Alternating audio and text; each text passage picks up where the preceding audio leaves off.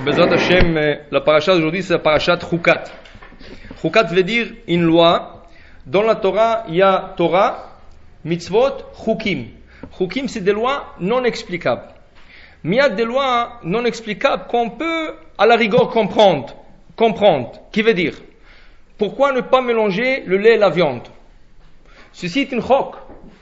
Mais aujourd'hui, la science est en train de l'expliquer. Pourquoi? Parce qu'il y a des enzymes dans notre corps et les enzymes n'arrivent pas à digérer le lait et la viande en même temps. Ils travaillent indépendamment. Quand ils doivent travailler ensemble, ils ne font pas leur travail. C'est pour ça que les gens reçoivent beaucoup d'ulcères. C'est une explication que la science donne pour le lait et la viande.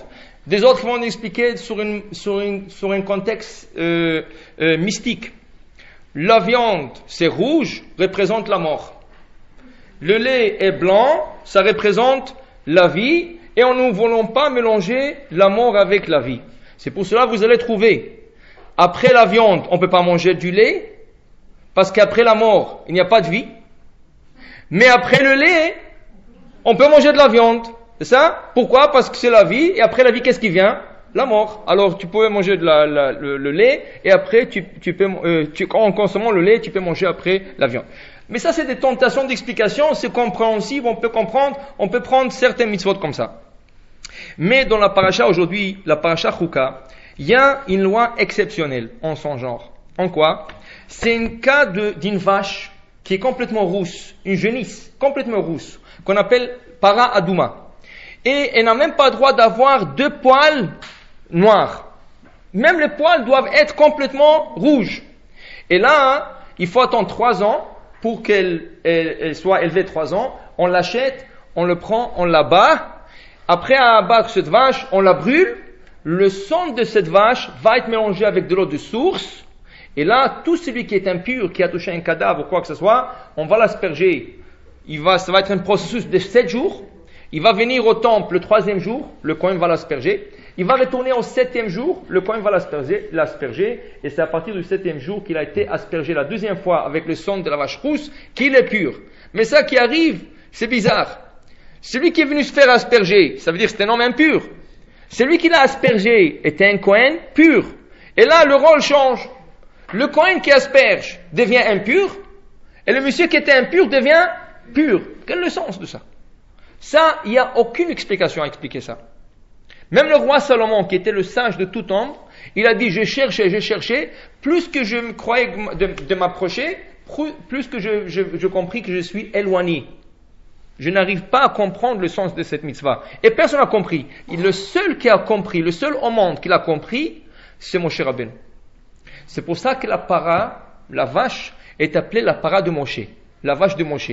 Parce que c'est le seul qui connaissait les secrets de cette vache. Alors quand on fait cette mitzvah, qu'est-ce qu'on dit? On le fait avec la même intention qu'a fait Moshe Rabbeinu. La même chose pour la vie quotidienne. Quand des fois on doit faire une mitzvah ou une prière et je ne sais pas comment la faire. Qu'est-ce que je dis? Je ne sais pas faire cette mitzvah, je ne sais pas comment faire cette prière, mais une chose je sais. Qui c'est qui a instauré cette prière? Les Anshei Knesset Hagedolah, la grande assemblée. Tout ce qu'ils ont pu avoir comme intention, je l'ai comme eux. Je ne sais pas qu'est-ce qu'ils ont eu, mais je me connecte à eux et que les intentions montent au ciel directement avec leurs intentions que eux ils voulaient qu'on aille, parce que moi je n'arrive pas à avoir ces intentions, tout ce qu'ils voulaient avoir. Chaque mitzvah que vous ne savez pas quoi penser, méditer, pensez de cette manière. Qui c'est qui l'a instauré? La grande assemblée. Je médite et je pense que tout ce qu'ils ont pensé avoir dans cette mitzvah, que de cette manière ça monte au ciel. Maintenant, tout de suite après cette histoire de vache rousse, nous avons dans la paracha le décès de Myriam, la sœur de Moshe Rabbeinu. C'est ça? Il va décéder et Rashi pose la question au nom du Talmud, quel est le rapport et le lien entre quelle est la suite entre ces deux événements? Ça veut dire on parle de la vache rousse, tout de suite on parle avec le décès de Myriam. Est-ce qu'il y a une connexion? Oui. La connexion est la suivante, que quand une tzadéket, comme ça, elle quitte ce monde, elle purifie comme la vache rousse. La vache rousse, elle vient pour purifier. La mort d'un tzaddik, il vient purifier tous ceux qui restent en arrière. Il expie pour ceux qui restent en arrière. Et ça, c'est la connexion entre le décès de Myriam et la vache rousse. Maintenant, dans la paracha, après, un peu plus loin après, on va lire le décès de Aaron. le frère de Moshe Rabbeinu. Lui aussi, à l'âge de 123 ans, il va quitter ce monde, ça, et il va monter sur une montagne qu'on va appeler Orahar, et là-bas il va trouver un petit caveau, et dans ce caveau il y aura un lit en or, avec une table de nuit. Sous la table de nuit il y aura un candélabre en or. Moshe va lui demander d'abord, il faut enlever tes habits, le habit de Kohen Gadol, le passer à ton fils Elazar, allonge-toi sur le lit. Il va s'allonger sur le lit, il va lui dire ferme la bouche, ferme les yeux, et dès qu'il ferme les yeux, il va quitter ce monde. Et Moshe Rabbeinu, il a eu envie de quitter le monde comme son frère. Une mort douce. On appelle ça une mort comme si Akadosh Baruch Hu l'avait embrassé, il avait pris son âme de ce monde, et Moshe va vouloir l'avoir, et à la fin de 120 ans de Moshe Rabbeinu, Hachem lui dira, la même mort que tu as vue à ton frère, que tu la voulais, je te la donnerai. Maintenant, il y a un détail important dans la paracha qui, quand on parle du décès d'Aaron, c'est écrit pourquoi Aaron est décédé, où il est décédé. La paracha nous dit qu'il est décédé sur la frontière de la terre d'Édom. Édom, c'est les Édomites, le Esav, les enfants de Esav. Il est décédé juste à cette frontière. Quelle importance sur quelle frontière il est décédé? Il est décédé, il est monté sur une montagne qui s'appelle Orahar. On n'a pas besoin de savoir plus que ça. Pourquoi parler de la région où est-ce qu'il est décédé? Rashi nous dit la chose suivante. Pourquoi on parlait de la frontière d'Édom? Car c'est quand ils ont essayé de s'amitier et de faire une alliance avec les Édomites, qui n'avaient pas le droit de faire, à cause de cela, ils ont perdu ce tzaddik. Ce tzaddik a payé avec sa vie quand le peuple d'Israël a essayé de s'approcher à Édom quand ils n'avaient pas le droit. Qu'est-ce qu'ils ont essayé de faire? Ils ont essayé de passer par le territoire d'Édom pour entrer en Israël. Et Édom n'a pas laissé, alors ils ont offert, on va acheter, on va vous donner de business, on va venir, on va acheter de l'eau, on va acheter tout ce qu'il faut, malgré qu'on a tout. Et ils ont essayé de s'approcher, s'il vous plaît, laissez-nous passer. Et plus qu'ils ont essayé d'approcher, et c'est là-bas qu'Aaron les a quittés comme une punition. Parce qu'ils ont essayé de se rapprocher d'un rachat, d'un mécréant, comme une punition, le tzaddik a été pris. Alors le cours ce soir, on va parler un peu sur la vie. Qui veut dire? Le roi David nous dit que la vie d'un homme, elle est 70 ans. Yemeshnotenu baem shivim shana. Im bigvurot, vraiment si vous êtes méritant, 80 ans. C'est ça, 80 ans. Plus que ça, vraiment vous avez de grands mérites et vous avez fait de grands mitzvot pour mériter plus que ça. Maximum, 120. La Torah le dit. Maximum, c'est 120. Top. Alors, pourquoi, si on regarde la Torah depuis le début, on voit qu'Adam Arishon, comment il a vécu? 930 ans. En vérité, il a dû vivre 1000 ans. La vie d'un homme, c'est 1000 ans. Il a dû vivre éternellement, mais après la faute, c'est 1000 ans. Pourquoi 1000 ans? Akadosh Baruch Hu lui a dit, le jour que tu mangeras de cet fruit interdit, tu trouveras ta mort. Maintenant, il pouvait le prendre, son âme, le jour même, mais on sait qu'Akadosh Baruch Hu, qui est miséricordieux envers l'homme, il lui a dit, je te dis le jour, mais quel jour? Je n'ai pas dit quel jour. Je vais prendre le jour à moi. Quel est le jour d'Akadosh Baruch Hu? Dit David Amer dans Tehillim, le jour d'Akadosh Baruch Hu est équivalent à 1000 ans. Alors le jour, ça veut dire 1000 ans. Tu vas mourir le jour même. C'est quoi le jour même? Ki elef shanim be'enecha kiyom. 1000 ans d'Akadosh Baruch Hu, 1000 ans de l'homme, équivalent à un jour d'Akadosh Baruch Hu. Maintenant, c'est écrit qu'Akadosh Baruch Hu a montré toute l'histoire de l'humanité à Adam Arishon. Parce que de lui va sortir l'humanité. Toutes les générations vont sortir de lui. Il lui a montré toutes les générations. Il a passé un après l'autre, et il voit David Amelech. Mais il voit David Amelech, c'est un bébé qui va naître, et 3 heures plus tard, il va mourir. Alors Adam Arishon a dit comment? Un tzaddik comme ça, et comment il va écrire le livre de Tehillim? On ne l'aura pas. Est-ce que je peux lui offrir de ma vie? Après, je lui dis oui, si tu veux. Alors je lui offre 70 ans. Et Adam a offert 70 ans de sa vie à David. Akadosh Baruch Hu, il lui a emmené 2 témoins, ils ont signé un contrat, comme quoi Adam offre 70 ans de sa vie. Quand Adam, il a atteint 930 ans, et Akadosh Baruch Hu dit, voilà, ça y est, il faut que tu quittes ce monde. Il dit, non, tu m'as dit 1000 ans. Il dit, oui, mais tu as offert 70 ans. Non, je regrette. C'était trop vite. Il dit, trop tard, il y a un contrat. Et de là, le Midrash, il nous enseigne une halakha. Normalement, le Midrash, c'est pas enseigner une halakha. Mais ici, le Midrash nous enseigne une halakha que toujours, quand on fait une affaire avec quelqu'un, même un homme proche, toujours faire un contrat. Parce que l'homme est toujours soumis au regret. Toujours, tu as dit quelque chose, mais 5 minutes plus tard, tu regrettes. 1 an plus tard, tu regrettes. Et après quoi? Tu as un contrat, si tu ne veux pas te tromper, c'est écrit. Alors Adam était obligé de quitter ce monde à 930 ans, mais normalement, il aurait quitté à 1000 ans. Noach, 970 ans. C'est ça? Et après Noach, qu'est-ce qui se passe? Ça commence à aller en ordre ascendant. Ça veut dire 900 ans, 800 ans, 700 ans, 600 ans, 500, 400, jusqu'à Akadosh Baruch Hu, il dit, non, il y a trop de péchés, 120 c'est plus qu'assez. Le Kli Yakar explique pourquoi que les générations devenaient de plus en plus faibles. Pourquoi? Parce que si tu meurs plus tôt, ça veut dire que tu es faible. Parce que ceci ressemble à un roi qui avait des diamants non taillés. Et il a appelé des diamantaires, il leur a dit, écoutez, je vous donne ce pierre-là, vous allez me le tailler, je vous donne 50 ans ou 100 ans pour le tailler. 50 ans, 100 ans, on a tout le temps à vivre et faire notre vie. Combien ça prend de tailler une pierre? 2-3 jours, 1 semaine, 2 semaines. Alors les diamantaires ont oublié de ces pierres, ils ont fait la belle vie, les 50 ans sont terminés, le roi les a convoqués, où sont mes pierres? Nous n'avons pas ces pierres.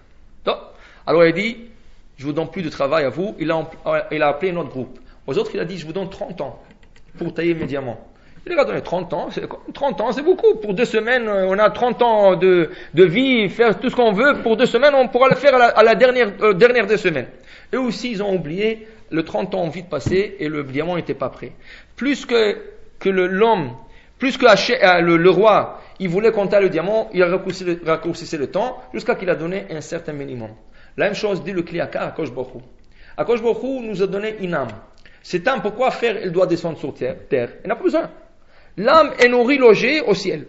L'âme, elle peut faire tous les mitzvot au ciel. Elle peut tout faire. Elle peut étudier la Torah sans limite, sans rien du tout. Pourquoi faire? Elle descend ici? Pour faire 2 mitzvot. 613 mitzvot, plus 7 d'ordre rabbinique, pour faire ici. Mais l'âme, qu'est-ce qu'elle dit quand elle descend ici? Mais on a 1000 ans, comme Adam, il avait 1000 ans. Alors on peut se réjouir, on peut tout faire. Les dernières années, on va commencer à se ramasser. 613, c'est pas beaucoup. On va faire le mitzvot. Mais plus que le temps passait, il faisait plus de péchés que de mitzvot. Et à cause où les a effacés de ce monde, c'était la génération du Maboul, du déluge, de Noach. Après, le monde a recommencé, le compteur a recommencé de zéro. À cause où leur a donné une vie de 700 ans, 600 ans. Et la même chose, ils ont dit 600 ans, 700 ans, on peut se reprendre aux dernières 100 ans. Et là, ils ont fait que de péchés, même au dernier jour, ils ont fait que de péchés. Et là, quand je raccourcissait, jusqu'à qu'il a dit 120 ans, pour un homme, c'est plus qu'assez. C'est beaucoup. Plus que ça. Nos sages nous disent que à 100 ans, tu es considéré comme un bébé. Tu commences ton compteur à toi à 0. À 100 ans, tu n'as plus envie ni de manger, ni de sortir, ni de rien faire, rien que dormir toute la journée, qu'ils nous mettent c'est un homme mort. Il n'a envie de rien faire. Il y a ici quelqu'un, il m'a montré la photo de son grand-père, qu'il avait 102 ans. Ses dents ont recommencé de pousser, de nouveau. À 102 ans, il a perdu tous ses dents à 70 ou à 80 ans. Et à 102 ans, ses dents ont repoussé de nouveau comme un bébé. Tu es un bébé. Carrément un bébé. Donc, alors David Amelech nous dit que depuis 120 ans, même si la Torah dit 120 ans, même ça a été raccourci. Combien? 70 ans, la vie normale, et si c'est la vie un peu plus, ça veut dire que tu as plus un peu de mérite, 80 ans. C'est pour ça qu'on dit quand on voit un vieillard de 70 ans, il faut se lever devant lui. Un peu, il faut faire le geste de se lever devant. Pourquoi? Si Akadosh Baruch Hu a donné une longue vie, ça veut dire qu'il a du mérite. Même s'il n'est pas érudit, il n'est pas quelqu'un qui apprend la Torah. C'est un homme âgé. Et l'homme âgé, il faut lui donner du respect. Même les goïms, ils ont toutes sortes de cartes de rabais pour les hommes âgés, ou pour l'autobus, ou pour le pharmaprix, ou pour tout ça. même ils comprennent ça. Alors nous aussi, dans la Torah, on te dit, quand un vieillard passe devant toi, il a dépassé les 70 ans, fais un geste comme si tu te lèves devant lui. Et ça c'est le roi David, et ça c'est les lois de la Torah qu'il faut respecter quelqu'un qui est âgé. Mais donc regardez, pourquoi 70 ans? D'où est-ce qu'est sorti ce chiffre? D'où est-ce qu'on a? Pourquoi la Torah n'a pas dit 70 ans? La Torah dit 120 ans. Là, les commentateurs ont trouvé qu'il y a 3 partenaires à la création d'un bébé. Le père, la mère et Akadosh Baruch Hu. Ça, si on prend le père, la valeur numérique du père et la valeur numérique de la mère, plus la valeur numérique du nom d'Hachem, ça va nous donner 70 ans. Comment? Un père en hébreu, c'est Av. Av, c'est un père. Av, c'est 2 lettres, Aleph et Bet. En valeur numérique, ça consiste 3. Av, c'est Aleph, Bet, c'est 2, 1 et 2, ça fait 3. Une mère, M. M, c'est la mère. Aleph et Mem. Aleph, c'est 1, Mem, c'est 40, ça fait 41. 41 plus le 3 du père, ça fait 44. Le nom d'Hachem, on sait, c'est Yud Ke Vav Ke, le tétragramme, c'est 26. 44 et 26, ça fait 70. C'est pour ça, Yemesh Notenu Baim Shivim Shana, car le père, la mère et Akadosh Baruch Hu qui a donné l'âme à ce bébé, les 3 partenaires, ils donnent en valeur numérique 70, qui donne la valeur de la vie de l'homme. Mais ça, c'est toujours, ça peut s'ajouter. Ça peut s'ajouter. Alors, on va donner quelques exemples. Comment il est possible d'ajouter sur la vie d'un homme? D'abord, est-ce que c'est tout le monde quand il descend sur terre? Comment ça marche? Tout celui qui descend sur terre, on lui dit 70 ans? Ou 80 ans? Et après, on décide de raccourcir ou allonger? Comment ça marche? Alors, on va voir. On va donner quelques exemples. La première, c'est du roi Chizkiyahu. Le roi Chizkiyahu, il ne s'est pas marié. C'était un roi jeune, pas jeune, mais quand même dans son âge il était jeune, mais il ne s'est jamais marié. Un jour, Akadosh Baruch Hu lui envoie un prophète, le prophète Yeshayahu. Il lui dit, va lui dire qu'il se prépare parce que demain il va quitter ce monde. Alors, c'est une prophétie, il est obligé d'aller le voir. Il voit le roi, il lui dit, prépare tout ce que tu as besoin de préparer, le testament, la tombe, le cercueil, tout ce que tu as besoin de préparer, parce que demain tu ne seras plus parmi les vivants. Il dit, qu'est-ce que je fais? Et c'est un roi tzaddik. C'est grâce à lui que la Torah a été propagée dans Israël. Parce que lui, il a planté une épée dans la maison d'études, il a dit, celui qui ne va pas étudier, je vais le poignarder avec cette épée. On a trouvé des petits bébés de 3 ans, d'un côté d'Israël, à l'autre côté, tout le monde connaissait la Torah par cœur. Et pas n'importe quel passage de la Torah. Le passage le plus difficile de pureté et impureté, qui sont des passages très très difficiles, le bébé de 3 ans connaissait ces passages par cœur. Ça veut dire que c'est un roi qui a fait beaucoup de bien pour le peuple d'Israël. Il dit, dis-moi, qu'est-ce que j'ai fait du mal que tu m'annonces cette nouvelle? Il dit, c'est simple. Akadosh Baruch Hu m'a dit de te dire, tu t'es pas marié. Et la première mitzvah dans la Torah, la première, quand Adam et Chava ont été créés, que la terre ne doit pas être vide. Il faut que vous allez vous multiplier et fructifier. C'est la première mitzvah dans toute la Torah. Et sur la première, tu l'as transgressé. Dans ce cas, quand je crois décider, c'est pas la peine que tu restes sur terre. Qu'est-ce qu'il répond pour se défendre? Il lui dit, écoute, moi aussi, j'ai une prophétie. C'est quoi la prophétie? J'ai vu que j'aurai des enfants qui vont être des idolâtres. Alors, est-ce que ça vaut la peine de se marier, avoir des enfants qui vont être contre Hachem? Alors, en vérité, en ne pas se mariant, je évite un problème. Et je voulais pas que mes enfants soient contre Hachem. J'ai préféré de laisser célibataires. Il lui dit, mais est-ce que maintenant, chacun qui va avoir une certaine prophétie va commencer à rentrer dans le détail d'Hachem? Si tes enfants sont idolâtres, c'est entre eux Akadosh Baruch Hu. Qu'est-ce que tu as à toi à te mêler dans les affaires d'Akadosh Baruch Hu? Akadosh Baruch Hu a dit se marier. Si chacun fait le compte, il y a beaucoup qui ne vont pas se marier. Il faut faire les choses comme Akadosh Baruch Hu a recommandé. Tu n'as pas fait, tu vas mourir. Alors il lui dit, écoute, maintenant que tu m'as expliqué cela, je ne savais pas. J'étais ignorant dans ce sujet. Tu me l'as expliqué. Toi, tu as une fille. Toi, tu es un tzaddik. Je suis sûr que ta fille aussi, c'est un tzaddiket. Moi aussi, je suis tzaddik. C'est un tzaddik. On ne peut pas ignorer que c'est un tzaddik. Alors peut-être le mérite de la fille qui est tzaddiket et lui qui est tzaddik, le mérite va faire que les enfants seront tzaddikim. Le prophète a été d'accord. Il lui a donné sa fille. Alors, c'était pas tout de suite qu'il a été d'accord. Il est sorti d'abord. Et Hachem lui dit, moi je suis d'accord. Toi tu es d'accord? Il dit, oui, je suis d'accord. Alors il dit, retourne. Retourne chez lui et dis-lui, je viens de lui ajouter 15 ans sur sa vie. Il lui a ajouté 15 ans. C'est tout. Pourquoi c'est tout? Oui, c'est pas beaucoup, c'est vrai. 15 ans, c'est pas beaucoup. Et pourquoi 15? Dis le Kliakar, pourquoi 15? Regardez. L'homme et la femme. Ish, Isha.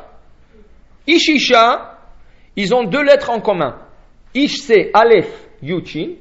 Isha c'est Aleph, Shin, He. Ça veut dire que le Aleph et Shin, les lettres Aleph et Shin, sont communs dans le nom de l'homme et l'homme de la femme. Qu'est-ce qu'il y a chez l'homme qui n'a pas chez la femme? L'homme, il a la lettre Yud. Et la femme, elle a la lettre He. Faisons la valeur numérique de 2. Yud en valeur numérique, c'est 10. He en valeur numérique, c'est 5. 10 et 5, ça fait 15. Une fois qu'il a décidé de se marier, on lui a ajouté 15 ans. Il se mariait avec la fille de prophète. Ils ont eu 2 enfants. Et les 2 étaient idolâtres. Maintenant, au début, quand ils étaient bébés, tu ne pouvais pas reconnaître. Ils étaient tzadiks parce qu'ils étaient poursuivis par leur père jour et nuit. La Gemara dit, il a même interdit à ses esclaves d'emmener ses enfants à l'école. C'est lui qui emmenait les enfants à l'école. Il est retourné à l'école de peur que quelqu'un leur donne des idées. Oui, comment il les a emmenés, la Gemara dit, sur ses épaules. Pour que personne ne le part en route, que rien que lui surveille la nourriture cachère, les études cachères, tout ce que vous voulez cachère, que personne ne de shalom. Un jour, il est en route pour les emmener à l'école, dit la Gemara, un qui dit à l'autre, sur les épaules de leur père, un qui dit à l'autre, tu vois les épaules de notre père, ils sont larges. Tu sais, on peut mettre un petit idole là-bas et l'adorer. Dès qu'il entend ça, il a pris les 2, il les a jetés en arrière.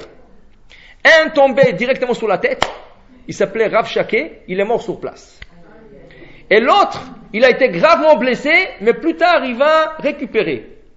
Il va s'appeler Ménaché, qui va devenir le prochain roi après son père, et c'est un des rois les plus idolâtres que le peuple d'Israël a eu, qui va poser 2 veaux en or, un veau à la rentrée de Jérusalem, l'autre dans le temple, et il a forcé tout le peuple à se prosterner devant ce veau.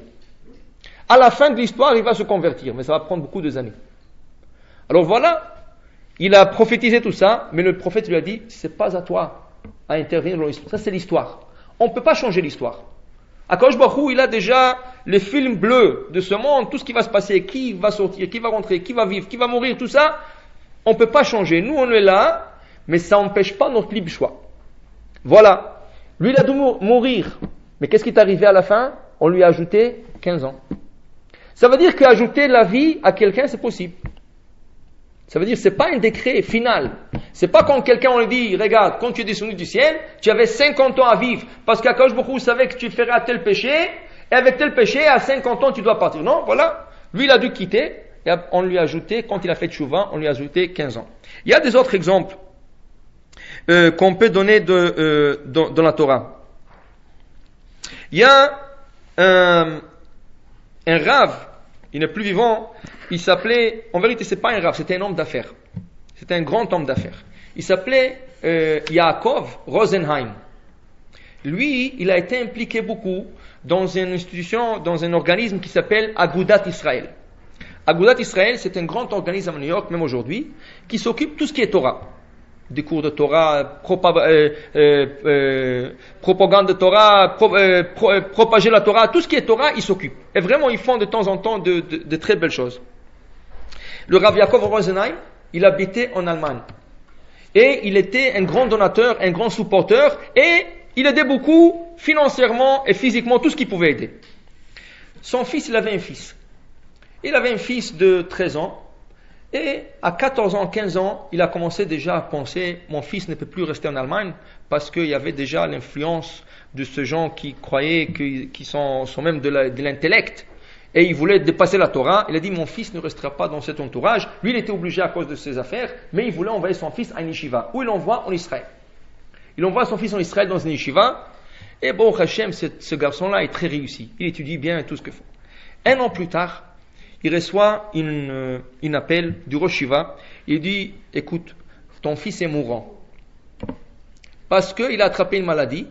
C'est pas beaucoup qui peuvent s'en sortir. Et il vaut mieux où que tu viens, où tu te prépares mentalement et physiquement pour son décès, parce que vraiment il est dans ses derniers jours.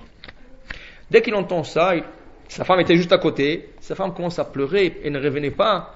Et il dit, comment Akadosh Baruch Hu? Et lui, il a dit à sa femme, écoute, je n'ai pas le temps, je dois partir. Qu'est-ce qu'il a fait? Il a pris sa jaquette, il a pris son chapeau, il est parti à la synagogue. Là, c'était pas l'heure de la prière, la synagogue était vide. Il a ouvert le Echal, Il a commencé à prier, il a rentré sa tête entre deux Sefer Torah, il a prié, il a pleuré, il a dit Hachem, c'est pas possible, avec tout ce que je fais, tout ce que j'ai aux autres, tu vas pas me faire ça, tout ça. Il a prié 2 heures. À la fin de 2 heures, il a senti un certain apaisement, comme si quelqu'un lui parlait. Comme si quelqu'un l'a parlé. Et il a dit, je crois que la situation s'est arrangée. Il a fermé le port de Echal, il est retourné chez lui. Pendant une demi-heure plus tard, il reçoit un coup d'appel en lui disant, on ne sait pas qu'est-ce qui est arrivé, mais un miracle. Ton fils est en train de récupérer. La femme, c'est sûr, était contente, tout le monde était content. Entre-temps, les années ont passé et lui, il a pris de l'âge. Il a décidé de déménager à New York, de quitter devant tout ce qu'il avait et il est retourné à New York. Il est rentré à New York et il était toujours actif dans le Agudat Israël. Il avait un secrétaire privé que chaque fois qu'il voulait écrire une lettre à quelqu'un, il l'emmenait chez lui, il tapait la lettre et il envoyait la lettre. 20 ans après l'histoire qui s'est passée au premier temps, 20 ans après, il appelle son secrétaire le soir, il lui dit, demain matin, j'ai besoin que tu viennes chez moi, je dois rédiger une lettre. Alors, il vient et il lui dit, assis-toi, on va écrire.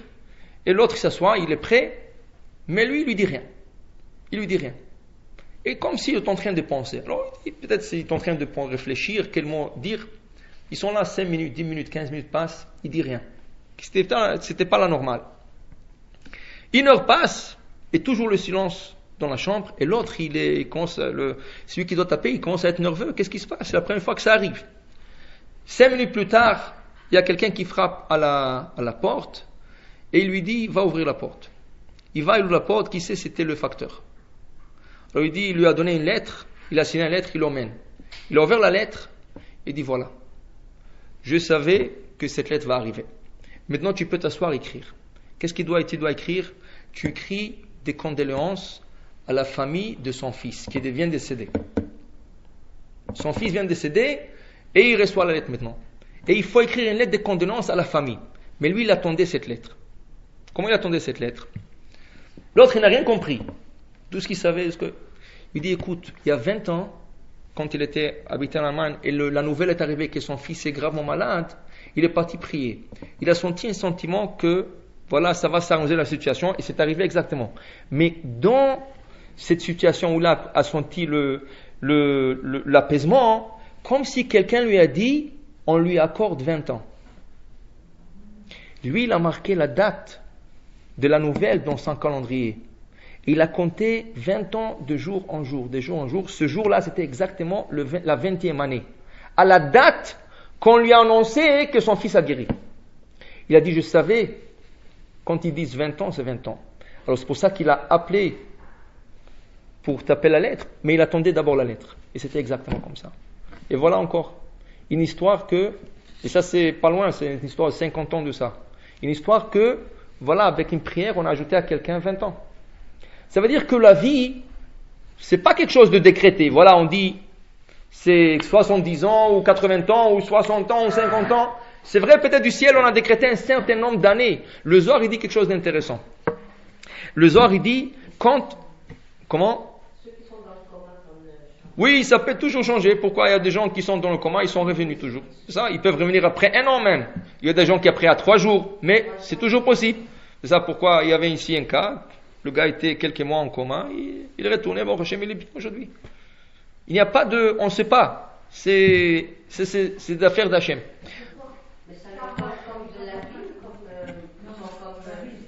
Ça veut dire qu'il y a un certain décret, et une fois qu'ils sont au ciel, il y a comme une bataille qui se passe. Il y a des anges qui veulent garder cette âme, il y a des anges qui veulent retourner cette âme. Et là, les gens qui sont en bas, ils sont en train de faire des prières et des mitzvot. Et là, c'est une guerre de force. Qui c'est qui va gagner? Ça peut se terminer vite, ça peut prendre beaucoup de temps, on ne sait pas. Et des fois, c'est un tikkun. Des fois, c'est un tikkun pour que cette souffrance à la personne, c'est quitter ce monde propre. On ne sait pas. On ne sait jamais comment ça marche. Mais donc, regardez. On voit que c'est pas des choses fixes. Et le Zohar explique une chose d'intéressant. Le Zohar, il dit, chaque neshama, quand elle descend sur terre, on lui accorde de nombre de paroles qu'il doit parler sur terre. Combien de paroles la personne doit parler sur terre, on lui accorde. C'est pour ça qu'on dit qu'il ne faut pas parler beaucoup. Plus que tu parles, plus que tu raccourcis ta vie. Il y a une chose que dans le maxime de Père ils disent. Il y a une chose qui peut allonger la vie. C'est quoi? Parole de Torah. À part le silence. Le silence, c'est rien qu'une barrière pour qu'on n'avance pas de l'autre côté. Mais parole de Torah, quand on dit une Dvar Torah, tout le monde de Dvar Torah, ils sont en train de prolonger la vie. C'est pour ça qu'on voit beaucoup de tzadikim qui, quand ils ont dû décéder et quitter ce monde, le Yetzara ne pouvait pas prendre leurs âmes tant qu'ils étudiaient la Torah. Le roi David, il a vécu 70 ans juste. Et le jour de son décès, il ne savait pas le jour, mais il savait que ça va être un Shabbat, un samedi. Alors chaque samedi, il disait le livre de Tehillim il répétait le livre de Tehillim plusieurs fois. Il répétait, tant qu'il disait le livre de Tehillim, le Satan ne pouvait pas prendre son âme. Comment le Satan il a eu son âme à la fin? Il a fait un bruit dans son jardin. Lui, il a dit, qui c'est qui ose de rentrer dans le jardin du roi et faire du bruit? Il les voulait sortir, il y avait des escaliers, il les a pas vus, il a trébuché, il est tombé, il est mort. Pour dire que voilà, mais tant qu'il étudiait la Torah, il ne pouvait pas prendre son âme. Alors le Zohar, il dit, une de ce goulot de prolonger la vie d'un homme, c'est parole de Torah. Comme Rabbi Meir dit dans le Maxime de Père, Kol amarbe dvarim arbe, zochel dvarim arbe. Tout celui qui ajoute beaucoup de choses, reçoit beaucoup de choses. Quelle chose? Dvarim arbe. Ils disent, altikra dvarim, pas de beaucoup de choses. Diburim, beaucoup de paroles de Torah, ajoute beaucoup des autres choses qui est la vie. Maintenant regardez, on va donner des autres exemples.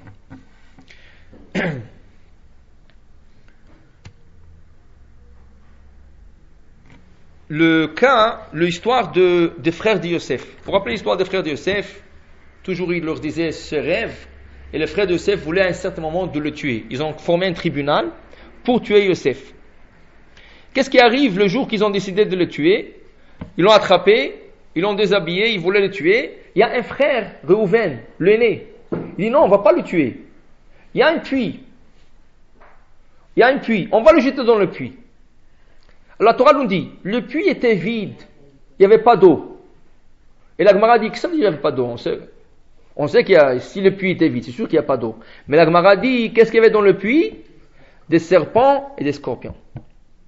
La Torah, qu'est-ce qu'il dit? Qu'est-ce qu'il voulait faire Reuven? Il voulait le sauver. Si tu veux le sauver de tes frères qui vont le tuer, tu le jettes dans un puits de serpents et de scorpions. La Gemara explique, un serpent ne pique pas à moins qu'il a l'ordre d'Hachem. Le serpent ne peut rien vous faire. S'il n'a pas eu l'ordre divin de vous piquer et de vous mordre, il va rien faire. C'est ça? Mais il y a une chose. Il ne faut pas que tu l'énerves, le serpent. Ça veut dire, si tu vas à côté du serpent, tu vas dire, on n'a pas décrété sur moi que tu me piques, et tu commences à jouer avec lui, c'est sûr qu'il va te piquer, il va te tuer. Ne joue pas avec lui, il ne va pas jouer avec toi. Tant qu'il n'a pas eu l'ordre, il va rien te faire. Mais, si tu t'approches ou tu lui fais quelque chose de mal, c'est sûr qu'il va te piquer ou te mordre. Alors regardez, la Gemara dit, quand ils ont pris Yosef, ils l'ont jeté dans le puits. Où étaient les serpents? Les serpents, en pluriel, il y avait plusieurs. Ils étaient en bas. Ça veut dire, quand il est tombé, il tombait sur eux. Même si ça n'a pas été décrété qu'il pique, il est tombé sur eux, il est en train de leur hériter. Et ça? Alors c'est sûr. Alors, Reuven, tu veux le sauver de la main de tes frères? Pourquoi tu le jettes là-bas? Le puits n'avait pas d'eau, mais il y avait des serpents et des scorpions. Tu n'as pas peur que les serpents et les scorpions vont le tuer? Comment? Oui, mais c'est trop tard. Il va être piqué, il va mourir. Ça prend une seconde pour le piquer. Explique le roi Chaim Akadosh que si le serpent n'avait pas l'ordre de tuer Yosef, il aurait rien fait, même s'il est tombé sur eux. Alors, comment? Si le serpent n'a pas eu l'ordre d'Hachem de mordre Yosef, il l'aurait pas fait. Maintenant, Reuven, est-ce qu'il a vu le serpent ou pas? Le roi Chaim Akadosh, il a dit, oui, il a vu le serpent. Mais regardez, il a le choix. Reuven est dans un choix. Je le laisse entre les mains de mes frères, ils vont le tuer. Je le laisse entre le dent de serpent, ils vont le mordre. Mais je sais que le serpent, il y a encore une possibilité qu'il soit sauvé si Hachem le protège. Mais dit le Chaim Akadosh, quand un homme veut tuer un homme, Hachem n'interfère pas. Ça veut dire il le laisse. Si quelqu'un veut tuer quelqu'un, Hachem le laisse. Là, qu'est-ce qui est mieux? De le laisser entre les mains de ses frères, et ils vont le tuer, c'est pour sûr. Ou le laisser tomber dans un puits de serpent qui a toujours espoir qu'Hachem va le protéger. Il valait mieux un puits de serpent qu'entre les mains de ses frères. Et comment tu dis ça? Comment tu dis ça? C'est possible que quelqu'un tue quelqu'un avant son temps? Ça veut dire, si on a dit à quelqu'un au ciel, on a dit qu'il doit vivre normalement 70 ans. Il vient quelqu'un, un assassin, il va le tuer à 65 ans. C'est possible? On va pas le protéger du ciel? Comment on n'a pas décrété 65, on a décrété 70 ans? Normalement, Hachem doit interférer. Comment on explique cela? L'explication, c'était par un passage dans le Talmud. Dans le Talmud, c'est écrit que le Satan, il fréquentait un grand rave dans le Talmud qui s'appelait Rabbi Yoshua ben Levi. Entre-temps qu'il lui parle, il y a un le messager du Satan qui vient, et le Satan lui dit, écoute, moi je suis occupé maintenant. Va me chercher l'âme de Myriam, la coiffeuse. Myriam la coiffeuse. L'autre il est parti, il s'est trompé de la femme. Au lieu d'amener Myriam la coiffeuse, il a emmené Myriam qui travaille avec les petits-enfants. Le Satan il voit la femme, il dit, mais c'est pas elle que je te demandais. Je t'ai dit l'autre, sa voisine. Ok, est-ce que tu veux que je la retourne? Non, tu l'as emmenée, c'est trop tard, laisse-la. Va chercher l'autre quand même. Alors comment une âme a été prise par erreur? Et qu'est-ce qu'il fait le Satan? Il va pas la retourner. Une fois prise, tu la laisses. Qu'est-ce qu'on voit? Cette femme-là, elle est décédée avant son temps. Elle est décédée avant son temps. Ça veut dire que ce n'est pas des erreurs. Oh, je ne sais pas si on peut les appeler des erreurs. Mais il est possible, quelqu'un qui a été décrété un certain nombre d'années, que ça peut se raccourcir. Alors dire Réhouven, je sais que même si Yosef a été décrété une longue vie, à la fin combien? 110. En vérité, Yosef a été décrété 120. 120. Seulement on lui a raccourci 10 ans de sa vie. Pourquoi? Parce que quand ses frères lui ont parlé, ils ont dit ton maître, notre père. Quand on s'est adressé, il a toujours demandé après son père. Est-ce que votre père est vivant? Est-ce que votre père est bien? Ils ont dit toujours, par respect, ton maître, notre père. Ça a été dit 5 fois dans la Torah et ça a été répété par les traducteurs. Hachem le dit 10 fois, tu as causé, qu'on a parlé de ton père comme ton esclave, on va te raccourcir pour chaque fois 1 an de ta vie. Alors au lieu de 120 ans, il a vécu que 110 ans. Alors c'est 110 ans quand même. Mais si Réhouven l'aurait laissé à 17 ans, entre le maître de son frère, il serait mort à 17 ans avant 110 ans même. Il fallait absolument que Réhouven le sauve. Mais la seule manière qu'il y avait en ce moment, c'est de le jeter dans un puits de serpent, et là-bas il y avait espoir. Et la preuve, il a été sauvé d'un puits de serpent. Ça veut dire que le décret de la vie, c'est pas quelque chose de fixe. Si quelqu'un a été décrété 120 ans, ou 70 ans, 80 ans, c'est pas fixe. Il y a des événements dans la vie qui peuvent changer d'un côté ou de l'autre. D'un côté, ça peut s'allonger avec des prières, avec de bonnes actions. Et de l'autre côté, si tu fais, ou si tu rentres dans une situation de danger, ça peut aussi raccourcir. Ça veut dire que la vie, c'est pour ça qu'on prie toujours pour la vie. Pourquoi il faut pas dire, j'ai encore du temps. Il y a beaucoup de gens qui disent, j'ai encore. Comment tu sais? Tu sais même pas qu'est-ce que tu as comme temps. Et vous voulez poser. Allez-y. Je peux parler en anglais parce que. Oui, allez-y. I find that the people live longer now. Yes, I feel that they're in the 90s before they die. Is that due to the fact that maybe there's more good people now, or people doing more better actions, and does this apply only to the Jewish people or to any kind of people? En vérité, ça s'applique à tout le monde. Ça veut dire, elle dit qu'elle trouve que les gens vivent plus longtemps aujourd'hui qu'auparavant. N'oubliez pas qu'auparavant, ils étaient beaucoup plus forts. Et celui qui vivait, il vivait beaucoup plus longtemps qu'aujourd'hui. Les gens au Maroc, par exemple, vivaient à 100 et plus, 100 ans et plus. Seulement, les gens qui sont décédés plus tôt, c'était à cause de maladies. Il y avait les typhus, il y avait toutes sortes de la malaria, toutes sortes de maladies qui, avant, il n'y avait pas la médecine pour leur guérir. Mais s'il y aurait eu la médecine, ils auraient vécu beaucoup plus long que nous. Et les générations sont en train de... Alors, si on voit quelqu'un de 70 ans, 80 ans, c'est rien, il n'est pas fort comme eux. Un homme à 70 ans à leur époque, si on recule 50 ans, 70 ans en arrière, on va voir qu'à 50 ans ou à 60 ans, à 70 ans, les gens étaient beaucoup plus forts qu'un homme de 70 ans aujourd'hui. Alors peut-être la vie est plus longue, mais les gens sont plus faibles. Les gens sont plus faibles. Une autre chose, oui, pardon. Non, je comprends pas vraiment l'affaire que la vie Dans le sens que vous dites que Hachem, il voit, il y a tout est étalé pour l'année, ça pour toute la vie de l'Éternel. Ça fait que quand une personne, sa vie raccourcie, ce qu'elle doit accomplir, elle s'accomplira. Voilà, très bonne question. La Gemara pose la question. La Gemara pose votre question. Qu'est-ce qui arrive si quelqu'un a dû vivre 70 ans, à la fin il a vécu 50 ans? Il y a 20 ans qui restent dans l'air. Qu'est-ce qu'on fait avec? Le 20 ans, on va l'ajouter à une sadique qui fait que de bonnes actions. S'il y a une sadique dans la génération qui fait beaucoup de bonnes actions, on va prendre ces 20 ans, on va lui donner ça comme crédit. Ou à des autres gens que du ciel ils vont décider. Ça veut dire que ces 20 ans ne sont pas perdus. Ils vont être donnés à quelqu'un d'autre. Mais l'acheminement de cette personne est perdu. Comment? Parce que c'est 20 ans qu'elle devait faire certaines choses. N'oubliez pas que chas v'shalom, quelqu'un qui a été tué, il rentre directement à Gan Eden. Lui, son tikkun est immédiat, tout de suite. Pourquoi? Parce que le fait qu'il a été enlevé avant son temps, il a terminé au total son tikkun. Comment? Non. Quelqu'un qui a été tué surtout parce qu'il est juif. Ça, un accident, c'est pas la même chose. Mais si quelqu'un a été tué, tout de suite, c'est pour ça que vous rappelez la déclaration qu'a fait le grand rabbin d'Israël, le Rav Ovadia Yosef, que beaucoup de gens de la Shoah, ils doivent être, je sais pas dire contents, mais ils ont gagné d'une sorte. Pourquoi ils ont gagné? Il y avait beaucoup des intellects. Et ces intellects-là, ils étaient contre la Torah. Et s'ils seraient morts à leur temps, ils ne seraient jamais arrivés à Gan Eden. Parce qu'ils étaient contre la Torah.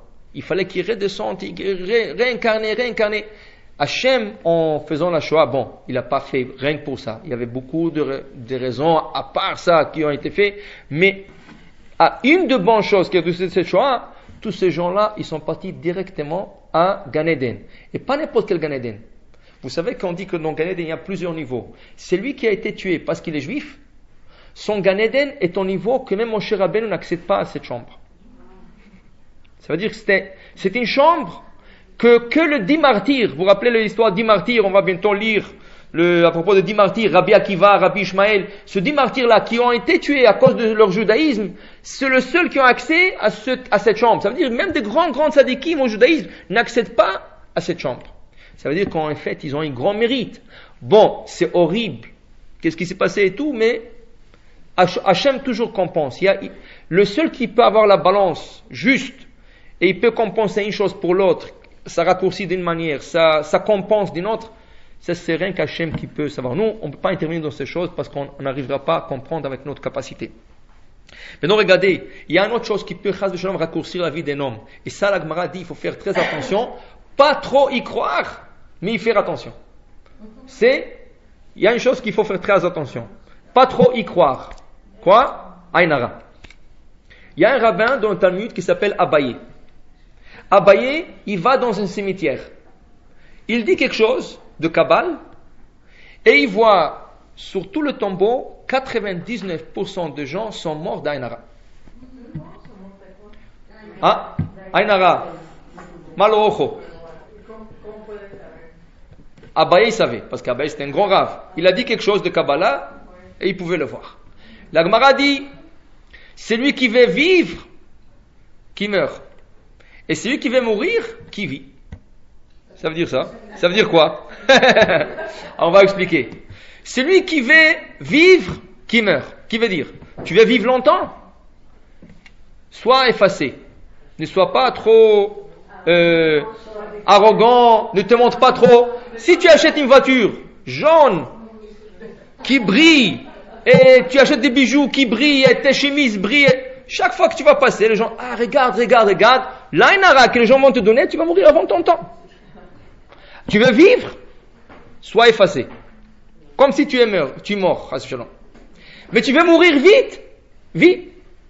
Va vivre, va acheter des choses qui sont comme ça, qui attirent l'attention des gens, que les gens vont parler de toi toute la journée, et même quand tu es pas là, ils vont parler de toi, ils vont te coller à Aynara, tu vas mourir plus vite. Alors l'Aynara, dit Abaye, c'est 99%. Même les gens qui sont malades, qui ne doivent pas mourir, le gens qui vient, le pauvre, il va mourir. Tu lui as dit ça, tu l'as tué. Alors l'Aïn Hara, même personne qui est mourante, il peut peut-être se remettre sur le pied. Mais Abaye, il dit, le gens lui donne l'Aïn Hara des fois. C'est ça? Alors l'Aïn Hara existe. Le mauvais œil existe. C'est ça? Mais il faut pas trop y croire. Parce que plus vous croyez, plus ça s'attrape sur vous. Il y a des gens qui mettent de poissons, des yeux, des rubans rouges, des rubans jaunes. Plus que tu montres ça au Satan et la compagnie, plus que celui-là il a peur. Dès qu'on a la première occasion, on s'attrape sur lui.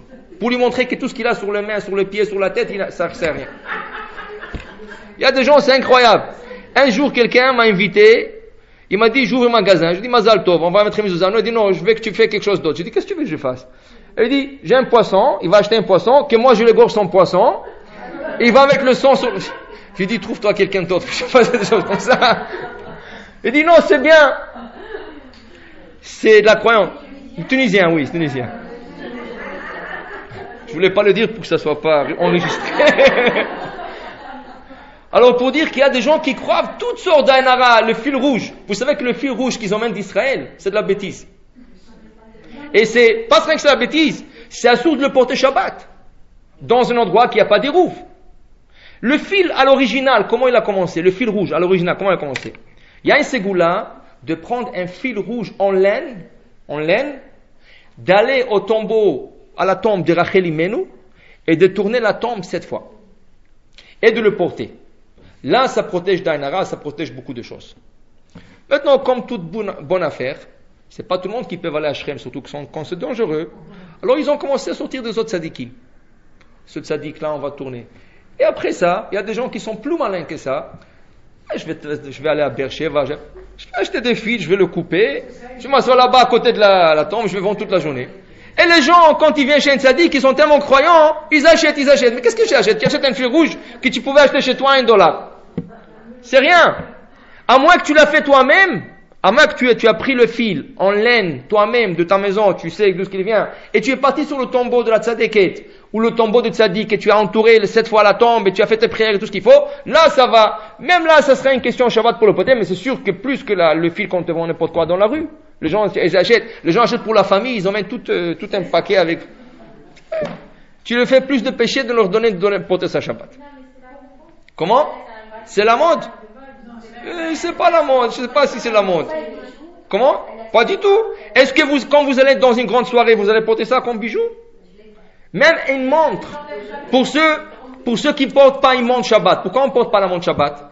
Sauf si c'est une montre en or. Parce qu'on dit que la montre, si elle s'arrête quand vous êtes dans un public, vous êtes obligé de la prendre et la jeter et la laisser là-bas. Est-ce qu'il y a quelqu'un qui va jeter sa montre dans le domaine public? Non. De peur que la batterie arrête. Bon, tu dis, j'ai un Rolex, mais même un Rolex peut s'arrêter. C'est ça, même un Rolex peut s'arrêter. Et qu'est-ce que le Shabbat que ça arrivera et ça arrêtera? Est-ce que tu la jetteras? Non. Sauf si c'est une montre en or. Si c'est une montre en or, même si elle s'arrête, elle est considérée comme un bracelet. Un bracelet en or. Un bracelet en or. Alors, sauf si c'est carrément or, on essaye. Maintenant, il y a beaucoup qui permettent. Mais il faut savoir, le jour que ça s'arrête, vous la laissez là-bas. Alors, c'est à votre risque. C'est pour ça que beaucoup préfèrent de ne pas porter la montre Shabbat. Mais c'est permis. Je n'ai pas dit c'est interdit. C'est permis, mais de préférence de ne pas apporter. Rien que je vais terminer, laissez-moi terminer ça, avant que je vous donne le temps à question. Alors, c'est ça, pour dire que là, on parle dans la paracha. On a commencé tout ça, pourquoi? À cause de Aaron à Cohen. Comme la Torah dit, il est décédé au Rahar sur la frontière d'Édom. Et Rashi ajoute ce détail. Pourquoi ce détail? Rashi ajoute le commentaire sur le détail de frontière d'Édom, qu'on a perdu Aaron. Pourquoi? Parce qu'ils ont essayé de s'amitié avec Édom, qui n'avait pas droit. Alors ce tzaddik est parti avant son temps. Il aurait vécu un peu plus. Parce que Moshe, il va vivre un peu plus. Lui, il aurait aussi vécu un peu plus. Il est décédé le premier du mois de Av. Rosh Chodesh Av, il est décédé. Mais il aurait vécu un peu plus. Si on n'aurait pas fait ça, alors on dit voilà, on a pris le tzaddik. Ça veut dire que la vie, c'est quelque chose qui peut se prendre un peu avant, dépendant du ciel, mais une chose est sûre. Si tu fais chesed, si tu fais beaucoup d'actes de bonté, si tu apprends la Torah, tu peux être assuré que la vie peut être que plus longue, parce que la Torah, elle protège. Et la Gemara dit, la Torah protège non seulement quand tu l'étudies, même quand tu l'étudies pas, la Torah te protège, alors, Hashem, si on étudie, si on fait des actes de bonté, on peut que avoir une longue vie. Amen. Je vous laisse le